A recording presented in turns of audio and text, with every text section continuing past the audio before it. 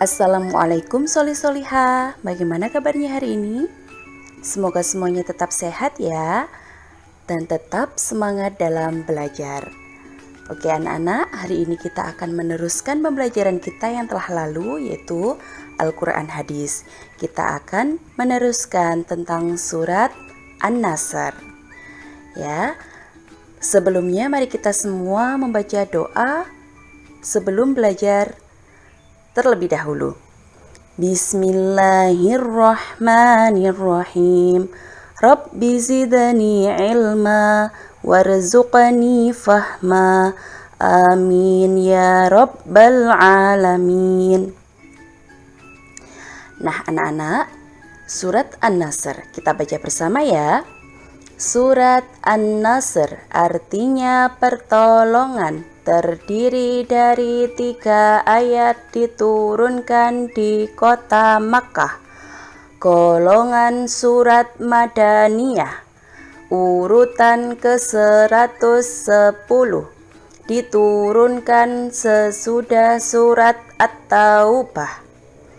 Nah anak-anak perlu diketahui cara membedakan golongan surat Makkiyah atau golongan surat Madaniyah adalah seperti ini. Golongan surat Makkiyah jika surat tersebut diturunkan sebelum Rasul hijrah ke kota Madinah. Disebut golongan surat Madaniyah jika surat tersebut diturunkan setelah Rasul hijrah ke kota Madinah.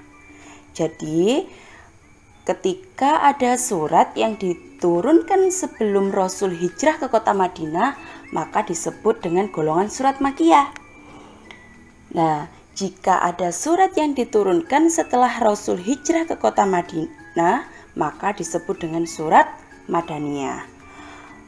Kemudian surat ini kenapa Bu diturunkan di kota Makkah kok disebut surat Madaniyah?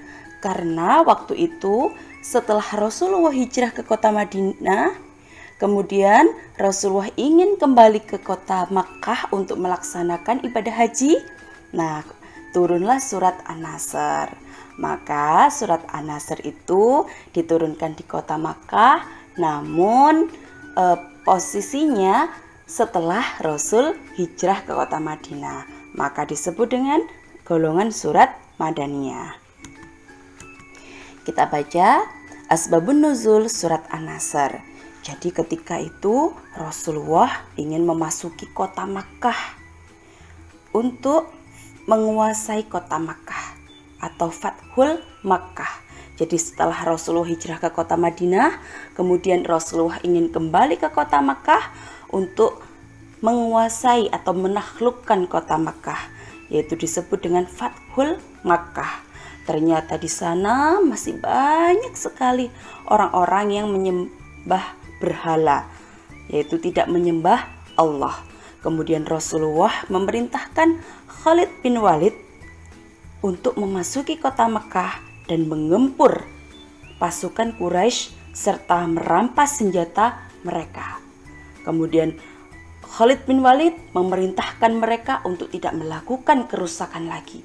Kemudian mereka ketakutan, takut kalau Nabi Muhammad atau Rasulullah akan membalas mereka.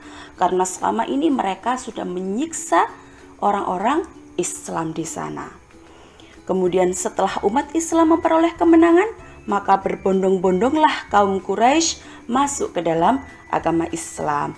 Kemudian turunlah surat ini. Pada waktu itu berada di kota Makkah. Ayat yang pertama berbunyi A'udzubillahi minasyaitonirrajim. Bismillahirrahmanirrahim. Idza jaa nasrullahi wal fath. Yang artinya apabila telah datang pertolongan Allah dan kemenangan. Apa pelajaran yang bisa kita ambil dari ayat pertama ini? Yang pertama, bahwa kemenangan akan datang jika ada pertolongan dari Allah. Rasulullah memperoleh kemenangan, dapat memasuki dan menaklukkan kota Mekah, itu adalah semuanya pertolongan dari Allah. Yang ketiga adalah, kemudian bagaimana agar kita bisa mendapatkan kemenangan dari Allah?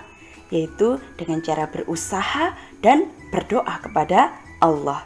Insya Allah Allah akan mempermudah jalan kita, akan menolong kita semua. Ayat yang kedua, wa ra'aitan nasa yadkhuluna fi dinillahi afwaja. Dan kamu lihat manusia akan masuk agama Islam dengan berbondong-bondong. Jika Rasulullah menang, maka Rasulullah akan dipercaya oleh banyak orang. Kemudian mereka akan berbondong-bondong masuk ke dalam agama Islam. Ayat yang ketiga, fasabbih bihamdi rabbika wastaghfir innahu kana tawwaba. Maka bertasbihlah dengan memuji Tuhanmu dan mohonlah ampun kepadanya, sesungguhnya Dia adalah Maha Penerima taubat. Nah, anak-anak, jika kita menang atau berhasil ya, sesuai dengan apa yang kita harapkan, maka kita harus bertasbih kepada Allah. Bertasbih artinya mengakui kebesaran dan kesucian Allah. Kemudian Rasulullah diperintahkan untuk memohon ampunan untuk orang-orang kafir yang sudah bertaubat, karena Allah adalah Maha Penerima taubat. Selanjutnya, kesimpulan dari surat An-Nasr adalah kalau kita melakukan sesuatu dan kemudian kita berhasil, hal yang harus kita lakukan pertama adalah bersyukur dan menyebut nama Allah, bertasbih kepada Allah, memohon ampun kepada Allah, karena keberhasilan yang kita peroleh adalah pertolongan dari Allah Subhanahu wa Ta'ala. Nah, anak-anak, cukup sekian yang Bu Hani sampaikan tentang surat An-Nasr. Kemudian tugasnya hari ini adalah mengerjakan PLS Al-Islam bab Quran surat An-Nasr hanya Romawi 2 saja. Nah, sampai sini dulu ya penjelasan tentang surat An-Nasr. Insya Allah anak-anak setelah membaca dan mengetahui kandungan dari surat An-Nasr ini, mudah-mudahan imannya, semangatnya dalam belajar, semangatnya dalam berbuat baik terus bertambah dan bertambah. Amin ya robbal alamin. Mudah-mudahan bermanfaat, terutama untuk Bu Guru sendiri dan untuk anak-anak semua. Bu Guru akhiri, wassalamualaikum warahmatullahi wabarakatuh.